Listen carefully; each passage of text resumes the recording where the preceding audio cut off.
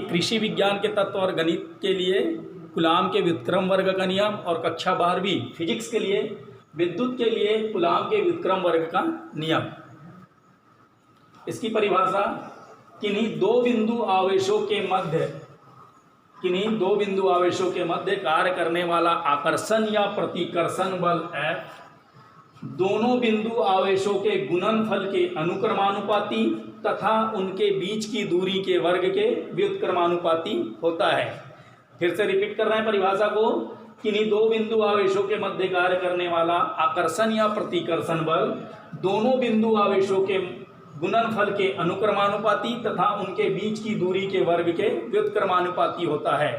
यहाँ पर दो बिंदु आवेश Q1 Q2 है तथा उनके बीच की दूरी d और उनके बीच कार्य करने वाला आकर्षण बल F। तो F अनुक्रमानुपाती, ये चिन्ह अनुक्रमानुपाती का, F अनुक्रमानुपाती Q1 Q2 समीकरण 1, F व्युत्क्रमानुपाती 1/d का स्क्वायर। 1/, इसलिए लगा रहे हैं क्योंकि हमने परिभाषा में पढ़ा है व्युत्क्रमानुपाती, तो 1/d का स्क्वायर समीकरण 2। समीकरण 1 व 2 से F अनुक्रमानुपाती या व्युत्क्रमानुपाती Q1 Q2/d का स्क्वायर, तो F बराबर a Q1 Q2/d का स्क्वायर, जहां a एक नियतांक है।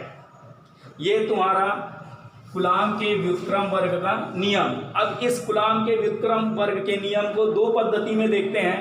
तो CGS पद्धति में, CGS का मतलब होता है सेंटीमीटर ग्राम सेकंड पद्धति, a बराबर 1, तो F बराबर Q1 Q2/d का स्क्वायर, तथा दूसरा MKS पद्धति में मीटर किलोग्राम सेकंड पद्धति, तो a बराबर 1/4 पाई, ये पाई का चिन्ह है, ये एप्सिलॉन 0, इसे एप्सिलॉन कहते हैं, तो 1/4 पाई एप्सिलॉन 0, तो F बराबर 1/4 पाई एप्सिलॉन 0 Q1 Q2/d का स्क्वायर न्यूटन मीटर स्क्वायर पर कूलाम स्क्वायर। ये तुम्हारे कूलाम के व्युत्क्रम वर्ग का नियम फिजिक्स के लिए भी, और कृषि विज्ञान के तत्व गणित कक्षा 12वीं में विद्युत के चैप्टर से।